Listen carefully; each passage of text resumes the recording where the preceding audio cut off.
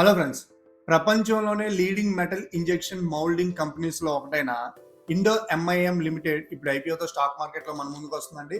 అసలు ఈ company business model ఏంటి, IPO dates, price band, issue size, lot size, అలాగే చాలా ఇంపార్టెంట్ అయిన వాల్యూషన్స్, జిఎంపి, ఫైనల్గా అప్లై చేయాలా లేదా స్కిప్ చేయాలా అన్ని విషయాలు ఈ వీడియోలో క్లియర్గా చూద్దాం. Welcome to Gopi finance Telugu. నేను మీ గోపి.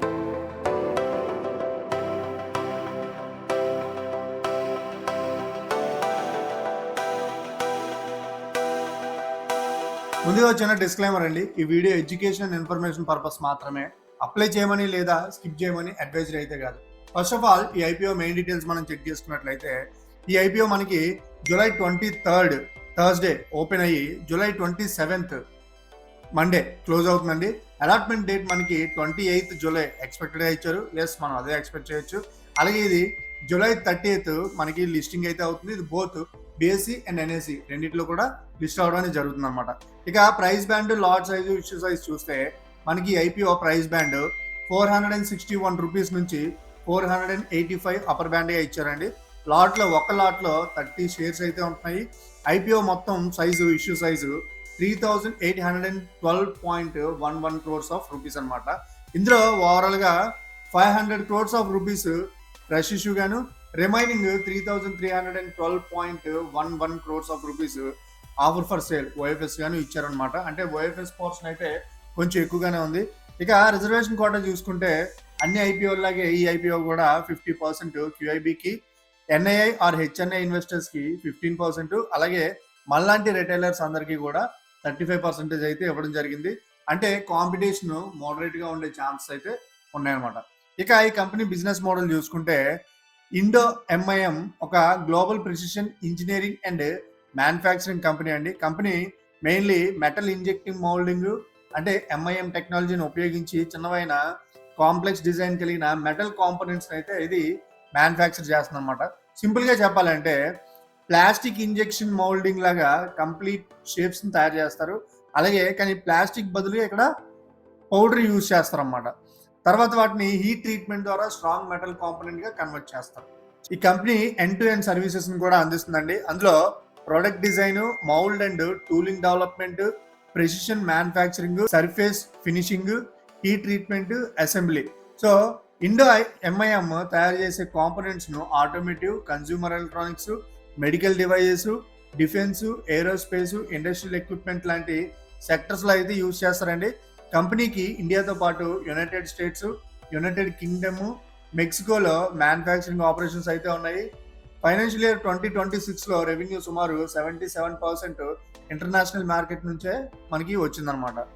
ఇప్పుడు కంపెనీ ఫైనాన్షియల్ డీటెయిల్స్ మనం చూసుకున్నట్లయితే ఈ కంపెనీ ఫైనాన్షియల్ ఇయర్ 2024లో టోటల్ ఇన్కమ్ సుమారు 2,900.38 crores ఆఫ్ రూపీస్గా రిపోర్ట్ అయిందండి. Profit after tax 283.73 crores of రూపీస్గా రిపోర్ట్ అయిందనమాట. అలాగే 2025లో total income 3,373.97 crores of rupees ఉంటే ప్రాఫిట్ ఆఫ్టర్ ట్యాక్స్ మనకి ఆల్మోస్ట్ 423.73 crores ఆఫ్ రూపీస్గా ఉందన్నమాట. ఇక 2026లో total income 4,320.7 crores of rupees ఉంటే ప్రాఫిట్ ఆఫ్టర్ ట్యాక్స్ మనకి 533.54 crores ఆఫ్ రూపీస్గా ఉందన్నమాట. అంటే 2024 నుంచి 2026 వరకు రెవెన్యూ స్ట్రాంగ్గా పెరిగిందండి. ప్రాఫిట్ కూడా 284 కోట్ల రూపాయల నుంచి 534 కోట్ల రూపాయల దగ్గర అయితే పెరిగింది. So profit after tax margin 2026లో సుమారు 12.72% దగ్గర అయితే ఉందన్నమాట. సో ఓవరాల్గా రెవెన్యూ అండ్ ప్రాఫిటబిలిటీ ట్రెండ్ పాజిటివ్గా అయితే ఉందండి. ఇక ఈ ఐపీఓలో మనం ఇన్వెస్ట్ చేయాలంటే మినిమం ఎంత ఇన్వెస్ట్ చేయాల్సి ఉంటుంది? మనం అప్పర్ ప్రైస్ బ్యాండ్ 485 రూపీస్ తీసుకుంటే ఒక లాట్లో 30 షేర్స్ ఉన్నాయి కదండి. So 30 into 485 is equal to 14,550 rupees మనం అయితే మినిమం ఇన్వెస్ట్ చేయాల్సి ఉంటుంది. మ్యాక్సిమం అప్ టు 2 lakhs వరకు ఎన్ని లాట్స్ అయితే మనం కొనగలమో అన్ని లాట్స్ సెబీ రూల్స్ ప్రకారం కొనుక్కోవచ్చు అనమాట. ఇక ఈ ఐపీఓ మనీ ఎక్కడ యూజ్ చేస్తారు? వీళ్ళు ఫ్రెష్ ఇష్యూ ద్వారా కొంత మనీ అయితే కలెక్ట్ చేశారు కదండి. ఆ మనీని వీళ్ళు ఎక్కడెక్కడ యూజ్ చేస్తున్నారంటే కంపెనీ తీసుకున్న కొన్ని బారోయింగ్స్, రీపేమెంట్స్, ప్రీపేమెంట్స్కి కొంత అమౌంట్ అయితే వీళ్ళు యూజ్ చేస్తున్నారు. అండ్ రిమైనింగ్ కొంత అమౌంట్ని జనరల్ కార్పొరేట్ పర్పస్ కోసం అయితే వీళ్ళు యూజ్ చేస్తున్నారు అన్నమాట. ఇప్పుడు అతి ముఖ్యమైన వాల్యుయేషన్ పార్ట్ అండి. వాల్యుయేషన్ మ్యాట్రిక్స్ ఇప్పుడు చాలా ఇంపార్టెంట్ అది. పిఈ రేషియో మనం తీసుకుంటే కంపెనీ 2026లో డైల్యూటెడ్ ఈపీఎస్ సుమారు 10.87 రూపీస్గా ఉందండి. అలాగే పీబీ రేషియో మనకి 8.3 టైమ్స్ అయితే ఉంది. ఈ రేషియో 44.6 టైమ్స్ తక్కువగా కనిపిస్తుంది. అలాగే ఇండో ఎంఐఎం ఆర్ఓఎన్డబ్ల్యూ కూడా సిగ్నిఫికెంట్లీ హయ్యర్గా ఉందన్నమాట. కానీ ఒక విషయం గుర్తుపెట్టుకోవాలండి, global peer operating geography, product mix, accounting standards, market conditions వేరువేరుగా ఉంటాయి కాబట్టి డైరెక్ట్ పీఈ కంపారిజన్స్ మాత్రమే ఐపీఓ చీప్ అని మనం కన్క్లూడ్ చేయడం అయితే కరెక్ట్ కాదనమాట.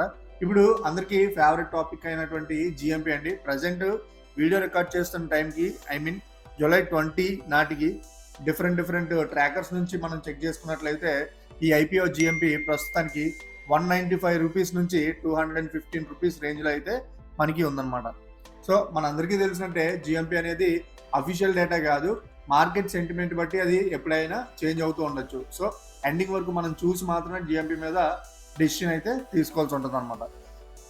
ఇంకా ఈ కంపెనీలో ఈ ఐపీఓలో అప్లై చేయడానికి ఏమైనా పాజిటివ్ పాయింట్స్ ఉన్నాయా? ఎస్, కొన్ని పాజిటివ్ పాయింట్స్ అయితే ఉన్నాయండి. ఏంటంటే మెటల్ ఇంజెక్షన్ మోల్డింగ్ సెగ్మెంట్లో స్ట్రాంగ్ గ్లోబల్ పొజిషన్ అయితే ఉందండి ఈ కంపెనీకి. అండ్ నెక్స్ట్ కంపెనీకి 25+ ఇయర్స్ ఆపరేటింగ్ హిస్టరీ అయితే ఉంది.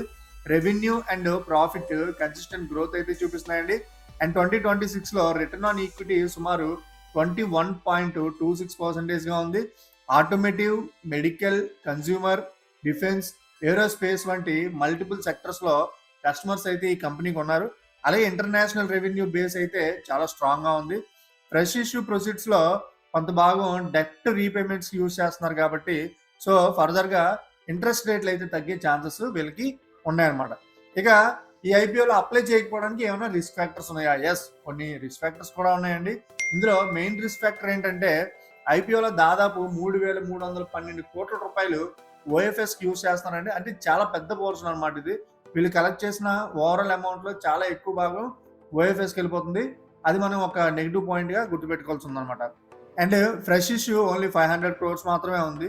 అప్పర్ బ్యాండ్ మనకి 44.6 టైం దగ్గర చూస్తే పిఈ వాల్యుయేషన్ అయితే మరీ చీప్ అయితే కాదు. కంపెనీ రెవెన్యూలో మెజారిటీ ఇంటర్నేషనల్ మార్కెట్ నుంచి వస్తుంది కాబట్టి currency fluctuations, tariffs, geopolitical risks అయితే ఇంపాక్ట్ అయితే చేయొచ్చు. ఆటోమేటివ్ సెక్టర్ నుంచి డిమాండ్ స్లోడౌన్ వస్తే బిజినెస్ మీద ప్రభావం చూపే అవకాశం కూడా ఉందండి. అలాగే next customer orders long term committed contracts కాకుండా పర్చేజ్ ఆర్డర్ బేస్లో ఉండే అవకాశం అయితే ఉంది. Metal prices, raw material cost and energy cost increase అయితే మార్జిన్ మీద అయితే ప్రెజర్ అయితే పడొచ్చు అనమాట. And next aerospace, medical, defence వంటి సెక్టర్స్లో స్ట్రిక్ట్లీ క్వాలిటీ స్టాండర్డ్స్ అయితే ఉంటాయండి. ప్రొడక్ట్ రిజెక్షన్ లేదా సర్టిఫికేషన్ ఇష్యూ రిస్క్లు అయితే దీనికి ఖచ్చితంగా ఉంటాయన్నమాట. ఇక ఫైనల్గా అప్లై చేయాలా లేదా స్కిప్ చేయాలా ఈ విషయం మనం చూస్తే ప్రజెంట్ జిఎంపీ స్ట్రాంగ్గా ఉంది కాబట్టి లిస్టింగ్ గెయిన్స్ కోసం చూసేవాళ్ళు గ్రే మార్కెట్ ప్రీమియం ప్రజెంట్ 40% రేంజ్లో అయితే ఉందండి. సో కాబట్టి లిస్టింగ్ గెయిన్స్ యాంగిల్లో సెంటిమెంట్ పాజిటివ్గా కనిపిస్తుంది అనమాట. అయితే జిఎంపీ అనఫీషియల్ కావడం, ఇష్యూ సైజ్ పెద్దగా ఉండడం, మార్కెట్ కరెక్షన్ రిస్క్ ఉండడం వల్ల గ్యారంటీడ్ లిస్టింగ్ గెయిన్స్ అని మనం చెప్పలేము అనమాట. ఇక లాంగ్ టర్మ్ యాంగిల్లో చూస్తే బిజినెస్ మోడల్ డిఫరెన్షియేట్గా ఉంది, గ్లోబల్ మార్కెట్ పొజిషన్ స్ట్రాంగ్గా ఉంది, రెవెన్యూ అండ్ ప్రాఫిట్ గ్రోత్ కూడా పాజిటివ్గా ఉన్నాయి, మార్జిన్స్ అండ్ రిటర్న్స్ రేషియో హెల్దీగా ఉన్నాయి, డెప్ట్ మ్యాట్రిక్స్ ఇంప్రూవ్ అవుతున్నాయి. కానీ వాల్యుయేషన్ అయితే చీప్ కాదు, ఓఎఫ్ఎస్ కాంపోనెంట్ చాలా ఎక్కువ ఉంది, export and global economy dependency అయితే ఉంది. సో లాంగ్ టర్మ్ ఇన్వెస్టర్స్ అగ్రెసివ్గా కాకుండా valuation, comfort and risk aptitude ఆధారంగా మీ డెసిషన్ తీసుకోవడం అనేది మంచిదన్నమాట. ఇక ఈ ఐపీఓకి అప్లై చేయాలా లేదా అని నా ఒపీనియన్ చెప్పాలి అంటే ఫైనాన్షియల్స్ అయితే స్ట్రాంగ్గా ఉన్నాయండి, బిజినెస్ మోడల్ డిఫరెన్షియేటెడ్గా ఉంది, గ్లోబల్ ప్రెసెన్స్ పాజిటివ్ పాయింట్గా ఉంది, అండ్ నెక్స్ట్ జిఎంపీ కూడా ప్రజెంట్ చాలా స్ట్రాంగ్గా ఉంది.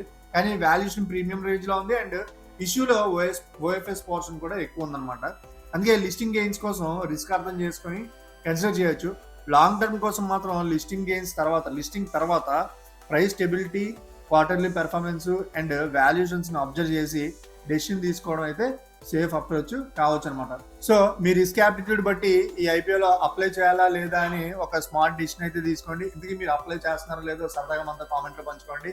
అలాగే ఈ వీడియో కనుక మీకు నచ్చినట్లయితే లైక్ చేయండి, షేర్ చేయండి and don't forget to subscribe Gopi finance Telugu. నేను మీ గోపి, సైనింగ్ ఆఫ్.